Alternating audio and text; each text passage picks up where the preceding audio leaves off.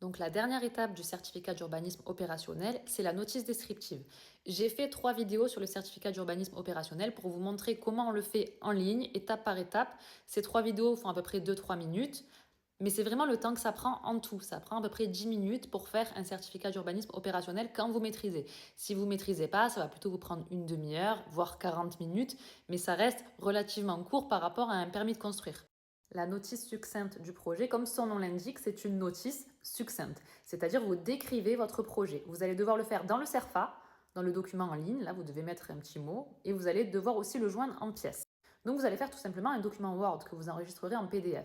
Et pour vous aider, vous pouvez utiliser l'intelligence artificielle, lui dire voilà ce que je veux faire sur mon terrain, j'aimerais construire une maison d'habitation, j'aimerais construire 2 maisons, j'aimerais diviser le terrain, j'aimerais savoir où se situent les réseaux, la réponse que vous voulez en fait au niveau du certificat d'urbanisme.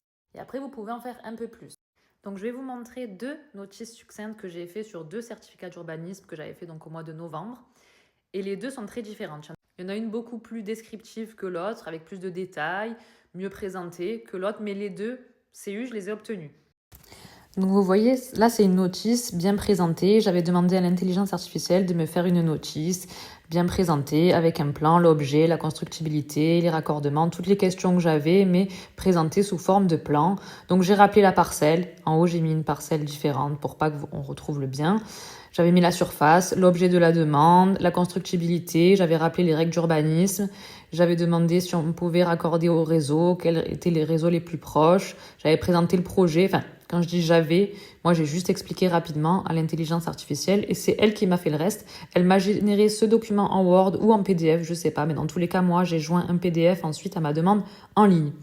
Et maintenant, je vais vous montrer une notice beaucoup plus simple, mais dans tous les cas, j'ai obtenu les 2 certificats d'urbanisme, donc ne vous prenez pas trop la tête.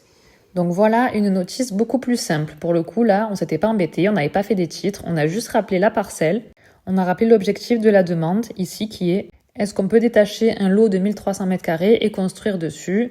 Est-ce qu'il y aura des contraintes liées au réseau? Est-ce que les réseaux sont à proximité? Etc. Voilà en quelques lignes la demande qu'on a faite. J'ai obtenu les 2 certificats au même moment, donc la présentation n'avait aucune importance.